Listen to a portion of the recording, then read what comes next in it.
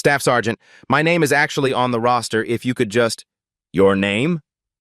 Holloway's face contorted with rage. You don't have a name, 3-6. You're a number, a quota, another black girl the Army forced me to babysit. He stepped closer. Your kind doesn't belong here. Never did. Never will. Then his hand moved. The slap echoed like a gunshot. Diana's head snapped sideways. Blood appeared on her lip. 200 soldiers gasped. No one intervened. No one spoke. A young black woman stood bleeding, completely alone. But Holloway had just made the worst mistake of his 15-year career. 4 colonels were 3 minutes away. And when they asked him one simple question, "What is her name?" his answer would destroy everything. Let me take you back 72 hours before that satisfying slap changed everything. Fort Marshall Army Training Center sits 40 miles outside Atlanta, Georgia. August in the deep south, 98 degrees by sunrise. Humidity so thick you could chew it. The kind of heat that soaks through your uniform before breakfast and doesn't let up until midnight. Red Georgia clay coats everything here. Boots, uniforms, skin, lungs. The dust gets into places you didn't know existed and stays there for weeks after you leave. This is where the United States Army transforms soft civilians into hardened soldiers. 8 weeks of physical torture, mental warfare, psychological reconstruction. The official washout rate hovers around 60%. More than half of everyone who steps off that bus will never make it to graduation. And overseeing this brutal transformation was one drill sergeant with a reputation that preceded him like a thunderstorm. Staff Sergeant Derek Holloway. Nickname, The Hammer. 15 years of service. 3 combat tours. 2 commendations for valor. And not a single formal complaint in his entire career. Not because he was fair, not because he followed regulations, but because every recruit who passed through his training cycle was too terrified to file one. The bus pulled through Fort Marshall's main gate at exactly 0500 hours. Dawn painted the Georgia pines in shades of orange and gold. Birds sang somewhere in the distance, oblivious to the suffering about to unfold below. 47 nervous recruits stepped off that bus. They clutched regulation duffel bags with white knuckles, hearts pounding, palms sweating, eyes darting around the unfamiliar compound like prey animals scanning for predators. Among them was a 22-year-old black woman named Diana Grace Foster. She carried one bag. Just one. No extra luggage, no jewelry, no designer sunglasses or expensive watch. Nothing that would indicate wealth, status, or privilege of any kind. While other recruits fidgeted and whispered anxiously to each other, Diana stood perfectly still. Her eyes moved slowly across the compound, taking in the layout, noting the exits, observing the drill sergeants in the distance, calculating, planning, waiting.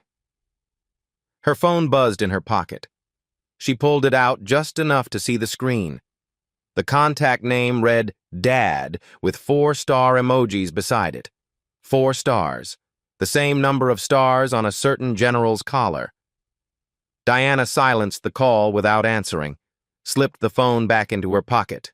She had made herself a promise before boarding that bus, a promise she intended to keep no matter what happened in the next 8 weeks. She would earn this on her own. No phone calls home asking for favors, no safety nets woven from family connections, no pulling rank or dropping names.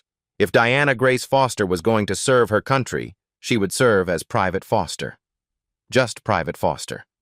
Not as General Foster's daughter. Her father had understood. He hadn't liked it, but he'd understood. "You're stubborn," he'd said the night before she left. "Just like your mother." "I learned from this best," she'd replied. "Both of you." The processing line moved with military efficiency. Corporal Denise Taylor worked the intake desk, checking paperwork, assigning bunks, collecting personal items for secure storage.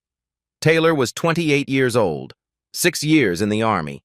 She had seen hundreds of recruits pass through Fort Marshall, learned to read them within seconds of meeting them, the ones who would make it, The ones who wouldn't. The ones who would surprise everyone. When Diana reached the front of the line, Taylor glanced at her file and froze. Her fingers stopped moving. Her breath caught in her throat. She looked at Diana, then back at the file, then at Diana again. Foster, Diana G. Emergency contact, Raymond J. Foster Sr. Relationship, father. Phone, redacted. Pentagon direct line. Taylor knew that name. Every soldier in the United States Army knew that name.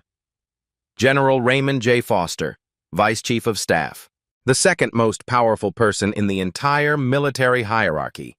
And his daughter was standing in her intake line at Fort Marshall, in Derek Holloway's training cycle.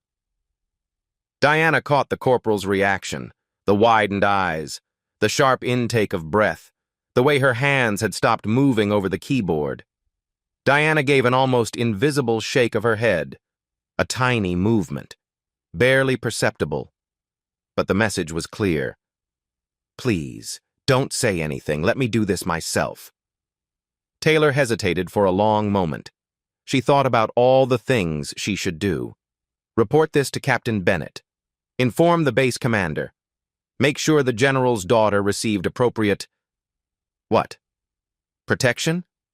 Special treatment? No. That wasn't what Diana wanted. Taylor could see it in her eyes. She nodded once. Processed the paperwork like any other recruit. Assigned Diana to Barrack 7, Bunk 23. The secret would stay between them. For now. The drill yard materialized from the morning mist like a concrete nightmare. Gray buildings, red clay. The distant sound of shouted commands from other training areas. 4 rows of recruits stood at rigid attention, breath visible in the cool dawn air despite the heat that would come later. No one moved, no one spoke, no one dared. And emerging from the fog came Staff Sergeant Derek Holloway, 6'2", 210 pounds of coiled aggression wrapped in army green, a scar sliced across his left eyebrow, a souvenir from his second tour in Iraq, they said. Campaign ribbons from Afghanistan decorated his chest. His eyes swept across the recruits like a searchlight looking for weakness. Holloway walked the line slowly, clipboard in one hand, the other hand clasped behind his back. His boots crunched against the gravel with each deliberate step. Welcome to the worst 8 weeks of your pathetic lives. His voice carried across the silent yard like a pronouncement of doom. I don't see college students standing here. I don't see mommy's special babies. I don't see future heroes or decorated warriors. You know what I see? He paused, let the question hang in the humid air. I see raw material. Clay waiting to be shaped. Or broken. Another pause. And my job, my sacred duty, is to forge you into something useful to this nation. Or break you trying. He stopped in front of a nervous white kid with shaking hands, checked his clipboard. Reeves! Yes, Staff Sergeant. Holloway moved on without comment, stopped at the next recruit, checked the name. Patterson! Yes, Staff Sergeant. Name after name, recruit after recruit. Holloway called each one out, acknowledged their existence, confirmed they were human beings with identities worth remembering. Then he reached Diana. He looked at his clipboard, looked at her, looked at the clipboard again. His jaw tightened. Something flickered behind his eyes. Recruit 36. Not her name, just a number. Row 3, position 6. Diana didn't flinch, didn't react. Yes, Staff Sergeant. You got a number. That's all you need. That's all you are. He moved on without another word. Didn't ask her name. Didn't check the roster long enough to read it. Just assigned her a number and continued down the line. Corporal Taylor watched from the sidelines. Her stomach twisted into knots. She had seen Holloway's training methods before. The pattern was always the same. Some recruits got names, others got numbers. The ones who got numbers were always the same type. Always the ones Holloway decided didn't belong, and the ones who got numbers rarely made it to graduation. The first 2 days of training revealed something Staff Sergeant Holloway hadn't anticipated.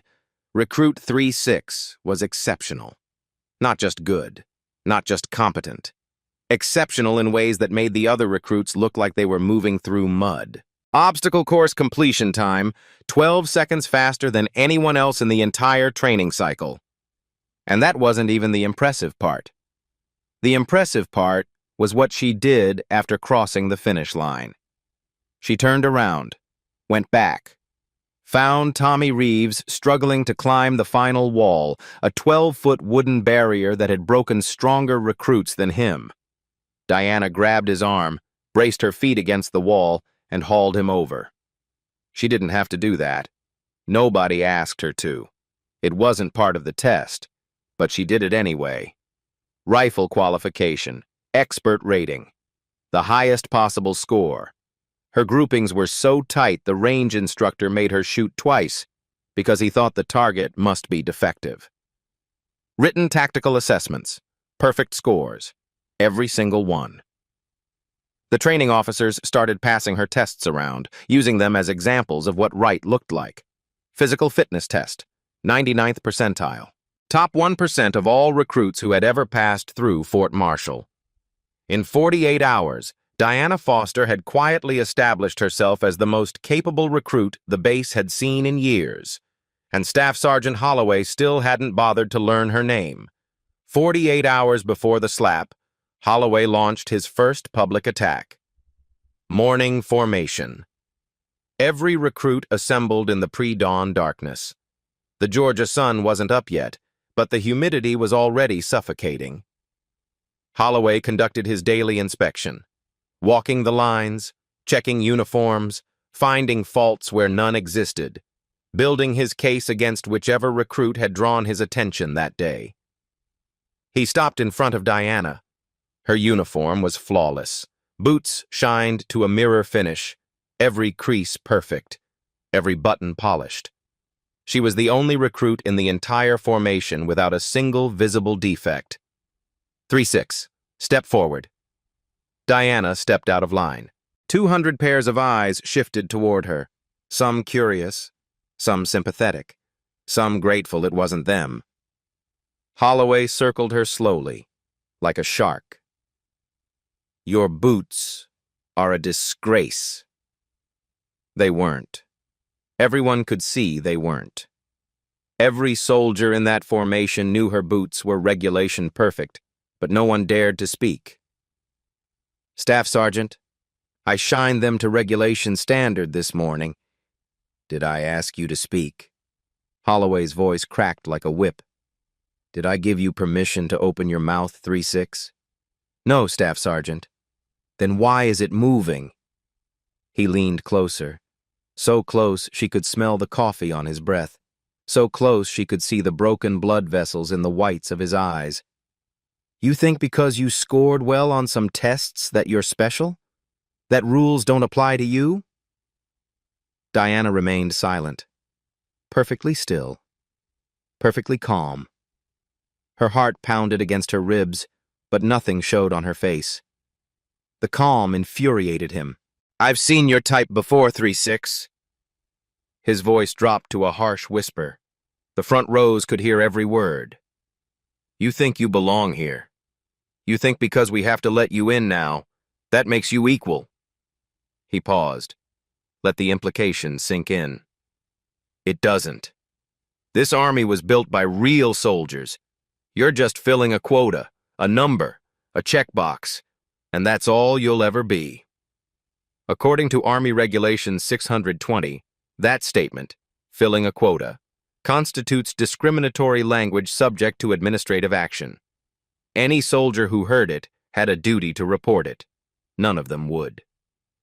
Drop and give me 53-6, since your boots are such a disgrace. Diana dropped to the red Georgia clay without hesitation. The dirt was still damp from the morning dew. It would stain her uniform, create another violation for Holloway to exploit. She did 60 push-ups, not 50, 60, without slowing, without struggling, without making a sound. When she stood back up, her uniform was dirty, but her eyes were clear, unbroken, unafraid. Holloway's jaw tightened. He had expected her to struggle, to cry, to beg, to break. She hadn't even breathed hard. That afternoon, the isolation campaign began. Mess hall, lunch. Diana sat alone with her tray at the end of a long table. The seats around her remained conspicuously empty. Tommy Reeves, the recruit she had helped over the wall, grabbed his food and started walking toward her table. He owed her. The least he could do was eat lunch with her. "Reeves!" Holloway's voice echoed across the entire mess hall. Every conversation stopped. Every head turned. "You want to eat with 3-6? The quota case? Fine. You can join her in extra PT tonight. Both of you. 4 hours. Starting at 2200. Tommy froze mid-step. His tray trembled in his hands. Diana caught his eye, gave him a slight nod. "Go. Don't make yourself a target. I can handle this alone." Tommy walked away, found a seat on the opposite side of the room, didn't look back. Diana ate alone. Every meal. Every day. The message was clear. Associate with 3-6, and you'll suffer with her. Within 48 hours, Diana Foster had become a ghost, surrounded by 200 people but completely, utterly alone. 24 hours before the slap, Staff Sergeant Holloway crossed another line. 0400 hours. The barracks were tomb silent. Every recruit collapsed in exhausted sleep after 18 straight hours of grueling physical training, the kind of tired that seeps into your bones and makes your eyelids feel like they're made of concrete. The door exploded inward, slammed against the wall hard enough to crack the plaster. A flashlight beam cut through the darkness like a knife. 3-6! On your feet! Surprise inspection! Diana jolted awake, heart hammering, mind scrambling to catch up with her body. Holloway was already at her bunk. Tearing apart her carefully made bed, sheets ripped off and thrown to the floor. Pillow launched across the room, the footlocker at the end of her bed upended, its contents scattering across the concrete. He held up her phone. A cruel smile spread across his face like an oil slick. "Well, well, well, what do we have here?" His voice dripped with false surprise. "Cell phones are to be secured in lockers during training hours. Recruit. This is a clear violation of regulations." Diana's mind raced even as her voice stayed steady. "Staff Sergeant, training hours don't begin until 0530. According to regulation..." "Are you citing regulations to me?" Holloway stepped closer. The flashlight beam hit her directly in the eyes. Blinding, disorienting. Article 91, insubordination. Article 92, failure to obey order or regulation. His smile widened. "You want to keep talking, 3-6? Or should I just write you up as quota recruit unnamed? That's all you are to me. All you'll ever be." He pocketed her phone. Her phone with all her recordings, all her documentation, all her carefully gathered evidence of his discriminatory behavior. Diana felt her heart sink. Weeks of preparation. Gone. Or so Holloway thought. What he didn't know, what he couldn't know, was that every recording on that phone had been automatically backing up to a secure cloud account. Every photo, every voice memo, every piece of evidence. A safeguard her brother Marcus had insisted on installing before she left for basic training. Marcus was a military lawyer. JAG Corps. He knew exactly what kind of documentation would be needed if things went wrong. "Trust me," he'd said. "Anything on your phone should exist somewhere else too. Just in case." Just in case. As Holloway walked away with her phone clutched in his fist, Diana allowed herself one small smile. So small no one could see it in the darkness. Let him think he's won. 18 hours before the slap, Holloway escalated to full public humiliation. Morning formation. The entire company assembled. 200 soldiers standing at attention beneath a Georgia sun that was already brutal at 600 hours. Captain William Bennett stood at the front, delivering the standard morning brief. Training schedule, weather warnings, administrative announcements. Holloway waited at his side, barely containing his anticipation. When Bennett finished, Holloway stepped forward. His eyes found Diana in the formation like a heat-seeking missile. "Before we dismiss, I need to address a discipline issue." He pointed directly at her. "Recruit 3-6, step forward." Diana walked to the front of the formation. 200 pairs of eyes tracked her every step. The whispers started immediately. She could feel them like insects crawling on her skin. Captain Bennett frowned. He leaned toward Holloway and spoke quietly, but not quietly enough. "Sergeant, what's this recruit's name?" Holloway shrugged. The gesture was dismissive, contemptuous. "Does it matter, sir? She's 3-6. That's all I need to know about her kind." Bennett's frown deepened, but he didn't intervene. The command structure demanded deference to drill sergeants in training matters. That was how the system worked, a decision Captain Bennett would regret for the rest of his career. "This recruit," Holloway announced, his voice carrying across the silent formation, "has been found in violation of regulations regarding personal electronics. She has also demonstrated a pattern of insubordination and an inability to meet basic physical standards." Lies. Every word was a deliberate, calculated lie. Diana's scores were the highest in the training cycle. Her conduct was impeccable. Her violations existed only in Holloway's imagination. But he had the microphone. He had the rank. He had 200 witnesses too afraid to challenge him. "Frankly," Holloway continued, warming to his performance, "I question whether this recruit has the mental fortitude to serve in this nation's army. Some people are just numbers.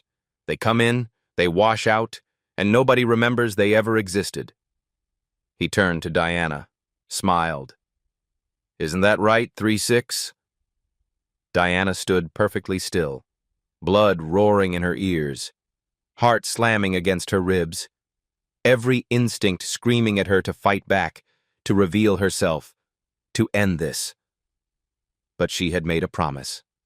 So she spoke carefully, clearly, her voice steady as stone despite the storm raging inside her. "Staff Sergeant, you've called me 3-6 for 5 days. You've never asked my name. You've never looked at my file." The formation held its breath.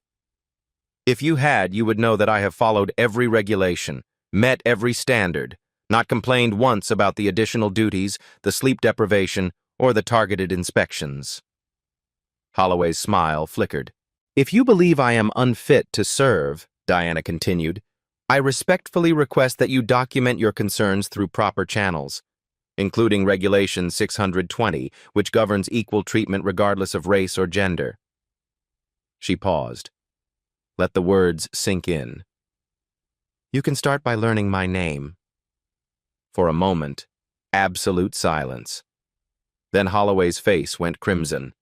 The veins in his temples bulged, his hands clenched into fists at his sides. "Your name?" His voice cracked with fury. "You think I care about your name? You're a number, 3-6. That's all you'll ever be. A quota, a statistic, a nobody." "I'm not a nobody, Staff Sergeant." "Oh yeah?" He stepped closer, too close, invading her space. "Then who are you? Tell me. Who exactly do you think you are?" The entire formation leaned forward. Something was about to happen. Everyone could feel it. Diana could have ended it there. Could have spoken her father's name. Could have watched Holloway's face collapse as he realized his mistake. But that would defeat everything she was trying to accomplish. "I'm a soldier, Staff Sergeant, same as everyone else here. That should be enough." "A soldier?" Holloway laughed. The sound was ugly, bitter. "You're not a soldier. You're an experiment, a checkbox. And experiments fail, 3-6. They fail all the time." Captain Bennett finally stepped forward. "Sergeant Holloway, I think that's enough." Holloway ignored him completely. his entire focus locked on Diana. 15 years of buried resentment boiling to the surface. You think citing regulations makes you smart? You think that fancy education makes you better than me? I've broken 100 recruits just like you. 100 nobodies with no names worth remembering. He was inches from her face now, close enough that she could see the rage trembling in his jaw, close enough to smell the hatred on his breath. And somewhere in the back of her mind, Diana realized what was about to happen. He's going to hit me. The thought came with strange clarity. No panic, no fear, just cold recognition. Let him reveal himself. Let everyone see who he really is. "Staff Sergeant," she said quietly, "you're being recorded by the security cameras, and you still don't know who I am." "I don't need to know who you are." His voice cracked. "Names are for soldiers. You're not a soldier. You're nothing." His hand moved. The slap connected with full force, open palm against her left cheek. The sound echoed across the drill yard like a thunderclap. Diana's head snapped to the side. A thin line of blood appeared on her lip. 47 recruits gasped as one. For a moment, time itself seemed to stop. Holloway's face shifted, rage bleeding into realization, the first flicker of understanding crossing his features. What did I just do? But Diana didn't fall, didn't cry out, didn't give him the satisfaction of seeing her break. She straightened slowly, wiped the blood from her lip with the back of her hand, looked at the red smear on her skin. Then she stood at attention, silent, waiting, composed. "Nothing to say now, 3-6? Holloway's voice wavered, uncertainty creeping in. "No regulations to cite?" "I have plenty to say, Staff Sergeant." Her voice was steel wrapped in silk. "But not to you. Not anymore." She turned her head, found Corporal Taylor in the crowd. "Corporal Taylor, you know what to do." Taylor was already moving, already reaching for her phone. "What?" Holloway sputtered. "Where is she going? What is happening?" 3-6, what the hell?" Diana turned back to face him and smiled. A small smile, cold, knowing. The smile of someone holding cards he couldn't see. "You're about to learn my name, Staff Sergeant, and you're going to wish you'd asked 5 days ago." May. 45 minutes earlier, Corporal Taylor had made a phone call. She had stepped behind a supply building, hands shaking, heart pounding, knowing that what she was about to do could end her career. She dialed a number from Diana's confidential file, a number she was never supposed to access. "Sir, this is Corporal Denise Taylor, Fort Marshall Training Center. I'm calling about your daughter." 400 miles away, General Raymond Foster had been in a Pentagon meeting with the Secretary of Defense. He never took calls during briefings. But this call came through on a special line. A line reserved for exactly 2 categories of communication: national security emergencies and family. "He doesn't know her name?" The general's voice went dangerously quiet. "No, sir. He's never asked. He calls her 3-6. He calls her Quota. And, sir, I think something bad is about to happen." A long pause. Then, "I'm dispatching 4 colonels. Inspector General, Post Commander. Legal. Equal opportunity. They'll be there within the hour." "Sir, what should I—" "Let it play out. If this man is who you say he is, he'll reveal himself. And when my colonels arrive, they'll ask him one question." Another pause. "Do you know the name of the recruit you've been targeting?" And when he can't answer, they'll tell him. General Foster's voice hardened, and I want to see his face when he learns whose daughter he's been breaking. 3 minutes after the slap, 4 black SUVs tore through Fort Marshall's front gate. They didn't stop at the security checkpoint. They didn't slow for speed bumps. And when they skidded to a halt outside the drill yard, Staff Sergeant Derek Holloway felt the first real fear of his entire 15-year career. 4 colonels stepped out of the vehicles in perfect synchronization. Their uniforms were immaculate, pressed to razor-sharp creases, shoes polished to mirror finishes, ribbons and decorations arranged with mathematical precision. Their faces were carved from stone. Colonel Patricia Vance, Inspector General's office, the woman who investigated corruption, abuse, and misconduct at the highest levels. Colonel James Beaumont III, Fort Marshal, Post Commander, the man who controlled every square inch of this base. Colonel Helen Richardson, Staff Judge Advocate, Military Prosecutor, the one who decided who went to prison. Colonel David Morrison, Equal Opportunity Division, the officer responsible for ensuring fair treatment regardless of race, gender, or background. Inspector General, Post Commander, Legal, Equal Opportunity. In military terms, this wasn't a response team. This was a firing squad, the institutional kind. 4 full-bird colonels don't show up at a basic training facility at 0647 hours for a routine inspection. They don't arrive in a convoy of black SUVs with sirens and flashing lights. They show up when someone very powerful wants answers. And Staff Sergeant Derek Holloway, standing in the middle of the drill yard with blood on his hand from a recruit he'd just assaulted, had no idea who had sent them. His face went pale. Gray, actually. The color of old concrete. Colonel Vance walked directly toward Diana. She moved past Holloway without so much as glancing in his direction, as if he didn't exist, as if he was beneath notice. Private. Her voice was clipped, professional, but underneath, something that might have been concern. Are you injured? Minor laceration to my lip, ma'am. Diana's voice was steady, controlled. I'm functional. Vance examined the wound. Blood still fresh, already swelling. The impact site would bruise badly within the hour. She had seen wounds like this before, usually in domestic violence cases. Corman. She snapped her fingers without looking away from Diana. Now. Medical personnel materialized as if from thin air. They began treating Diana's lip with practiced efficiency. Only then did Colonel Vance turn to address Staff Sergeant Holloway. Her gaze could have frozen the Georgia sun. Staff Sergeant Holloway, her voice carried across the silent drill yard, 200 soldiers hanging on every word. I'm going to ask you a question. I want you to think very carefully before you answer. Holloway's Adam's apple bobbed as he swallowed. Hard. Yes, ma'am.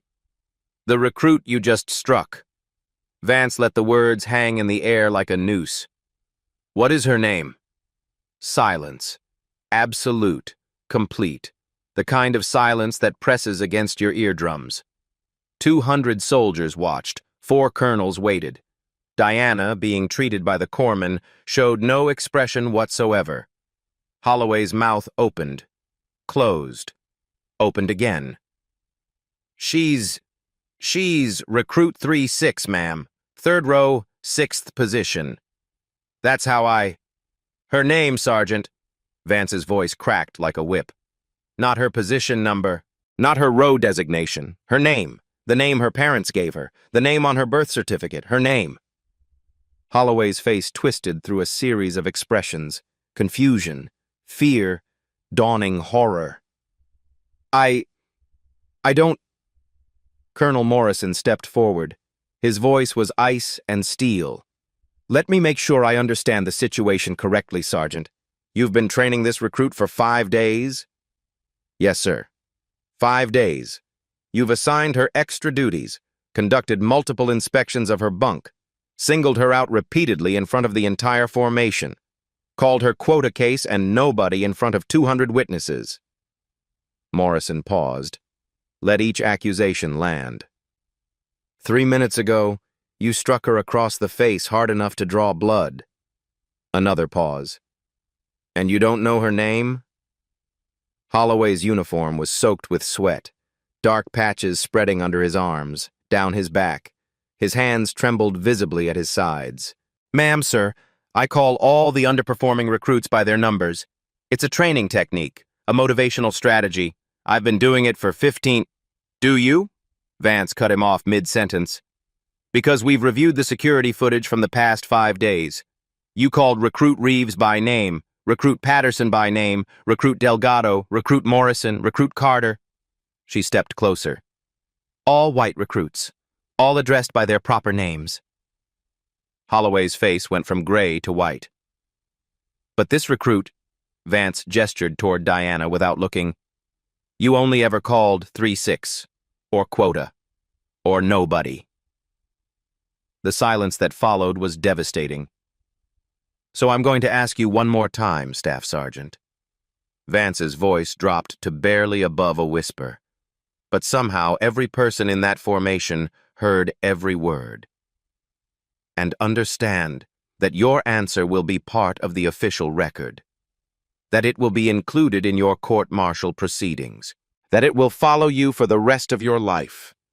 She paused. The recruit you just assaulted. What is her name? Derek Holloway's voice cracked like thin ice over deep water. I don't know. Colonel Morrison pulled a folder from under his arm, opened it slowly, drew out a single sheet of paper. Then let me educate you, Staff Sergeant. He began to read. Slowly, clearly, loudly enough for every one of the 200 soldiers to hear. Recruit 3-6, real name, Private Diana Grace Foster. Holloway blinked. The name didn't register. Foster. Common enough name. Could be anyone. Graduated magna cum laude from Howard University. Bachelor of Science in Political Science. Entered basic training 8 weeks ago with the highest entrance scores in her entire recruitment class. Still nothing. Holloway looked confused. What did any of this matter? Emergency contact listed as Raymond J. Foster, Sr.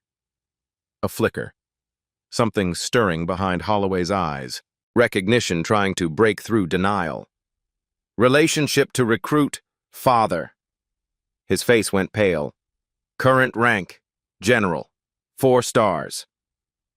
His knees buckled. Current position, Vice Chief of Staff of the United States Army.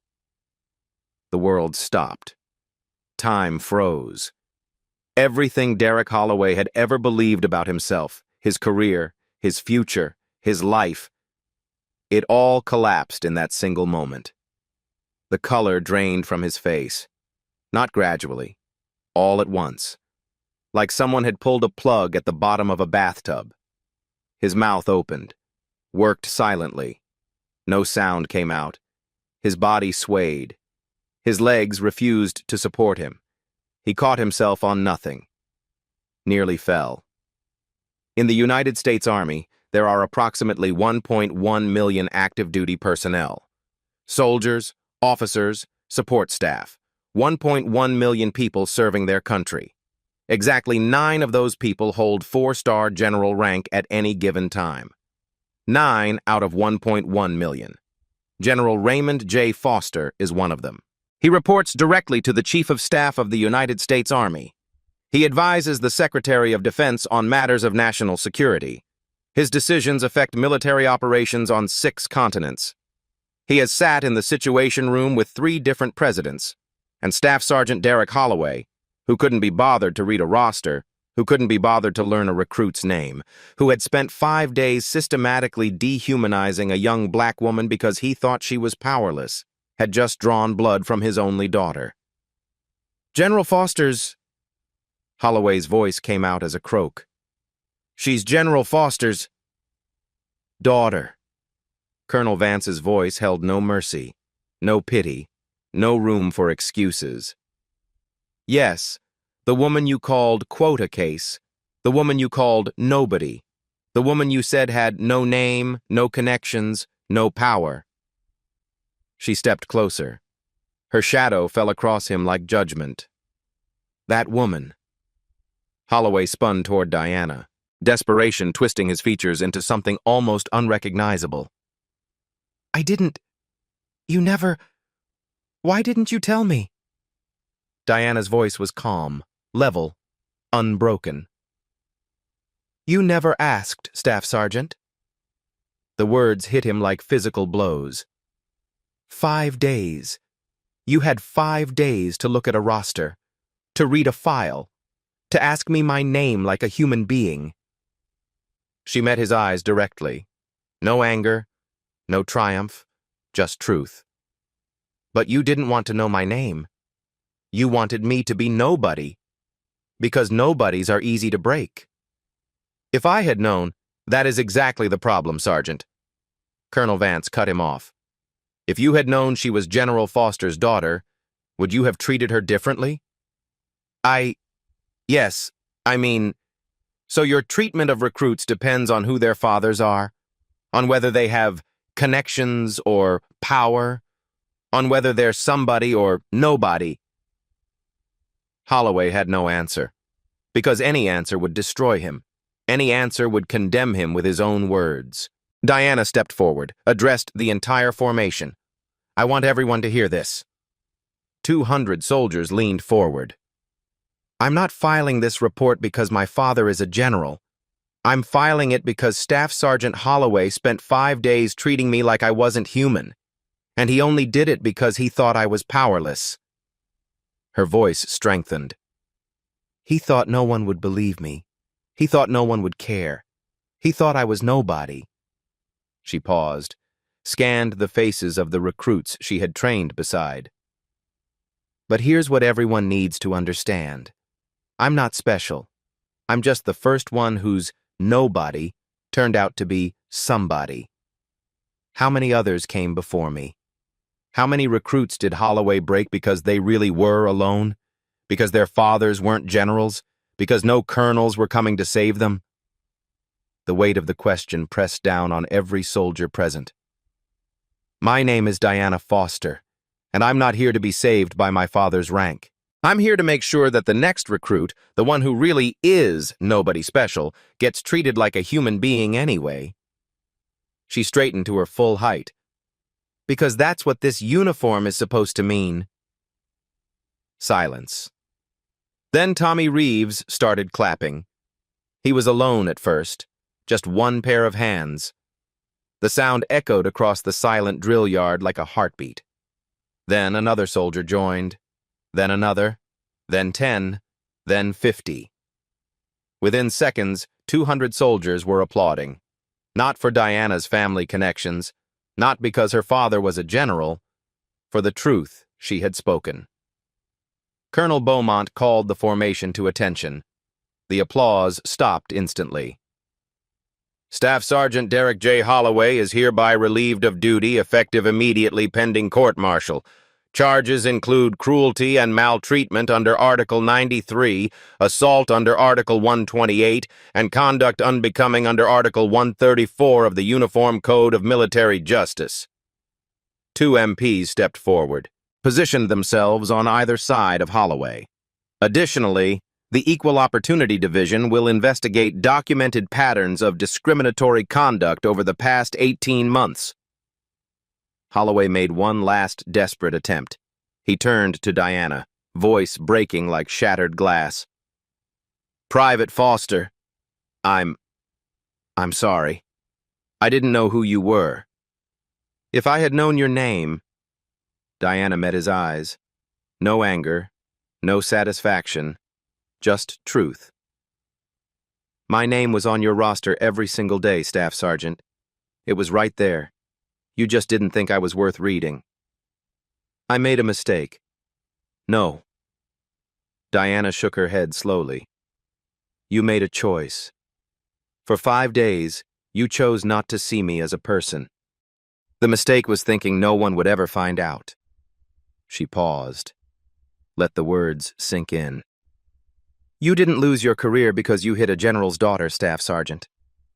She looked back over her shoulder as the MPs prepared to lead him away. "You lost it because you finally hit someone who could make you remember her name." The MPs escorted Staff Sergeant Derek Holloway off the drill yard at 07:12 hours. He would never return. 4 hours later, a Black Hawk helicopter descended onto Fort Marshall's tarmac. General Raymond J. Foster, Sr. stepped out before the rotors stopped spinning. 4 stars gleaming on his collar, Pentagon crisp uniform, face carved from granite. He had been in a meeting with the Secretary of Defense when Corporal Taylor's call came through. Had excused himself immediately, made 3 phone calls, requisitioned a helicopter, 400 miles in 90 minutes. Diana stood outside the base commander's building. Butterfly bandage on her lip. Uniform dusty, but crisp. Posture perfect. When she saw her father approaching, something cracked. Just for a moment. Not tears. Just relief. Diana. Dad. He pulled her into his arms. Not a general hugging a soldier, a father hugging his daughter. He never learned your name? Not once. 5 days. I was just a number to him. You could have ended this any time. You could have told him. And then what? Diana pulled back, met his eyes. He would have treated me like a princess. And the next black girl who came through, the one without a 4-star father, would have gotten everything he was saving for me. General Foster studied his daughter for a long moment. When did you get so wise? Learned from the best. A pause. This has to change something, Dad. Not just punish one drill sergeant. Change the system. I know. He nodded slowly. That's why I'm here. Within 72 hours, General Foster initiated a formal review of harassment protocols across all Army training facilities. A task force was formed. New procedures were drafted, and one specific mandate became known as the Foster Protocol. 6 weeks later, Staff Sergeant Derek Holloway stood before a military tribunal. The court-martial had lasted 4 days. 47 witnesses testified under oath. Security camera footage was analyzed frame by frame. Training logs were scrutinized. Pattern after pattern of discriminatory behavior was documented, cataloged, and displayed. The verdict was unanimous. Staff Sergeant Derek J. Holloway, this tribunal finds you guilty on all charges. Holloway stood in his dress uniform. The drill sergeant badge had been stripped from his chest. His face was gaunt, gray, aged 10 years in 6 weeks. Article 93, Cruelty and Maltreatment, guilty. Article 128, Assault, guilty. Article 134, Conduct Unbecoming, guilty. The military judge continued reading the sentence. Aggravating factors, including racial discrimination and deliberate dehumanization of subordinates, have been established through documented evidence. Your sentence? Reduction in rank to Private E1. Forfeiture of all pay and allowances for 12 months. Confinement for 180 days. And dishonorable discharge upon completion of sentence. 15 years of service. 3 combat tours. 2 commendations for valor. All erased. Not because Derek Holloway hit a general's daughter, but because he finally hit someone who could force the system to see what he had been doing all along. To everyone. The investigation that followed his arrest uncovered 18 months of systematic abuse. 23 complaints had been filed against Holloway over 5 years. Every single one dismissed, buried, lost in paperwork.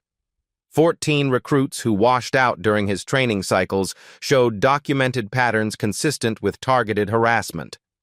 8 of those 14 were black or Latino. 6 were white.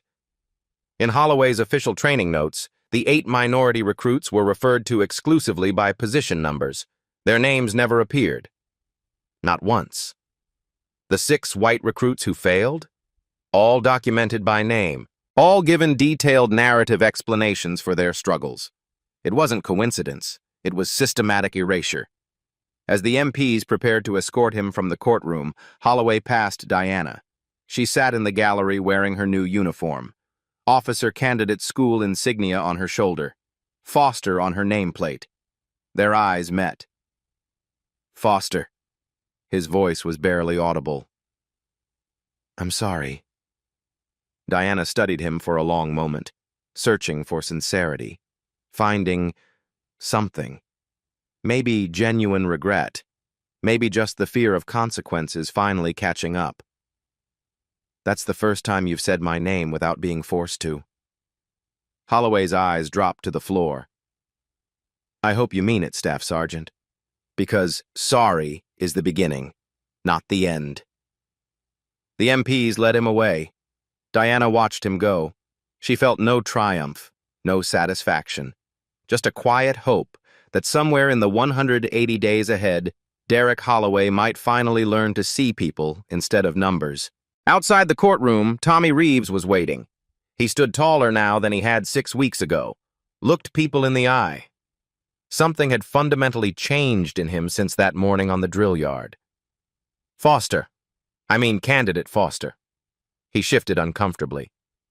I wanted to say something about that day in the mess hall when I didn't sit with you. I remember. I was scared. That's not an excuse, I know it's not. But I was scared, and I let you eat alone. And I'm sorry. Diana considered him for a moment. I know you testified at the hearing. Everything I saw. Everything I should have reported from the beginning. Does that help? His voice cracked slightly. Does that make up for not being there when it mattered? Diana extended her hand. It doesn't change what happened, but it might change what happens next. For the people who come after us. They shook hands. That's all any of us can do, Reeves. Be better than we were yesterday. Tommy Reeves would graduate basic training with honors. 3 years later, he would become a drill sergeant himself. His approach would be radically different from his predecessors. In his office, he would keep a framed quote, words he heard from a fellow recruit on the worst day of training. A lion doesn't lose sleep over the opinion of sheep, but it's the lion's job to make sure no sheep becomes a wolf. Corporal Denise Taylor stood at attention in General Foster's temporary office. Her hands trembled. Her heart raced. She was absolutely certain she was about to be court-martialed for accessing confidential personnel files. At ease, Corporal. Sit. She sat, just barely. You made a phone call 6 weeks ago. General Foster's voice was unreadable. Using information you weren't authorized to access. You violated multiple regulations. You could be charged under Article 92. Taylor's heart sank through the floor. Do you know what I have to say about that? No, sir. General Foster slid a document across the desk, a commendation letter, with his signature at the bottom. I say you demonstrated exactly the kind of moral courage this army needs more of. You saw something wrong. You had no obligation to act. You risked your entire career to protect a fellow soldier. He stood, extended his hand. Effective next month, you're transferring to the Inspector General's office. We need people who will make the hard calls. You've already proven you're one of them. Taylor's eyes burned. She blinked rapidly. Thank you, sir. No, Corporal. Thank you for making that call. Corporal Denise Taylor would serve 12 more years. She would rise to Master Sergeant. She would personally identify and investigate 37 cases of command abuse, cases that might never have surfaced without someone willing to pick up a phone and say, "This isn't right." 1 year later, Diana Grace Foster stood on the parade ground at Fort Benning, officer candidate school graduation, gold bars gleaming in the Georgia sun. Her mother pinned one bar. Her father pinned the other. Lieutenant Foster. General Foster's voice was quiet, proud. I like the sound of that. It has a nice ring to it. When reporters asked what she planned to do with her commission, Diana's answer was simple. I'm going to make sure no one has to be a general's daughter to be treated with dignity. That's the whole point of this uniform. Everyone wearing it is supposed to be equal. My job is to make that promise actually mean something. Since the Foster Protocol was implemented, harassment complaints at Army training facilities have increased by 43%. Not because harassment increased, because soldiers finally felt safe reporting it. 71% of those complaints have resulted in disciplinary action. Accountability has become the expectation, not the exception. This story gets shared every time someone feels invisible. Every time someone is treated like a number instead of a name. Every time a person in authority forgets that the people beneath them are human beings, with families, with histories, with dignity that shouldn't require a powerful last name to protect. Staff Sergeant Derek Holloway thought he was teaching Diana Foster a lesson about power.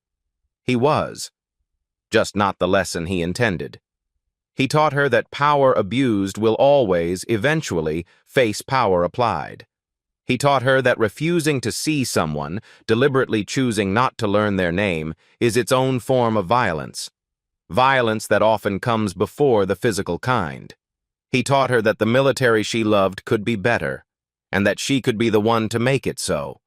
But most of all, he taught 1.1 million active duty soldiers a truth that General Foster put into one sentence at his daughter's graduation.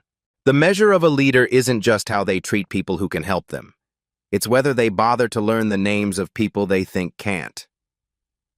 Diana Foster didn't hide her identity to trap Derek Holloway. She gave him every opportunity to discover it. Her name was on every roster. Her file was in his office. Her emergency contact was one click away. He simply never cared enough to look. And in that deliberate blindness, that willful refusal to see, he revealed exactly who he was. A man who sorted human beings into somebodies and nobodies. A man who believed power meant never having to acknowledge the powerless. A man who learned, far too late, that the nobody he'd been trying to break was somebody all along. The question isn't whether Holloway would have treated Diana differently if he'd known who her father was. The question is, why should that matter? Why should any soldier, any person, need a powerful last name to be treated with basic human dignity? That's the question Diana Foster forced an entire institution to answer. And the answer changed everything. So let me ask you something. Have you ever been made to feel like a number instead of a name? Have you ever watched someone be treated as invisible, worthless, beneath notice, and stayed silent because you were afraid? Have you ever wondered if your voice could actually change anything? It can. Diana Foster was one voice. She refused to be a number. Corporal Taylor was one voice. She made a phone call. Tommy Reeves was one voice. He testified when it mattered.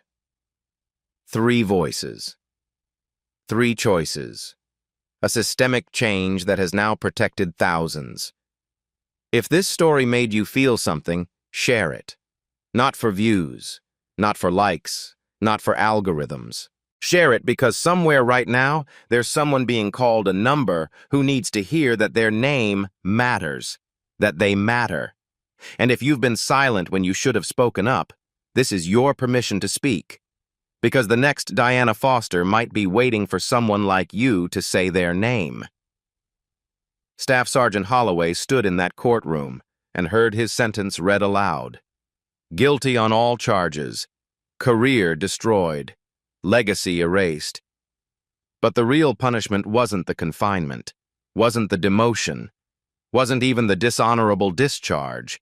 The real punishment was the question that will follow him for the rest of his life.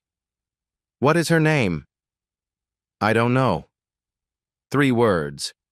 That's all it took to end 15 years of service. 3 words that proved he had never seen Diana Foster as a human being worth knowing.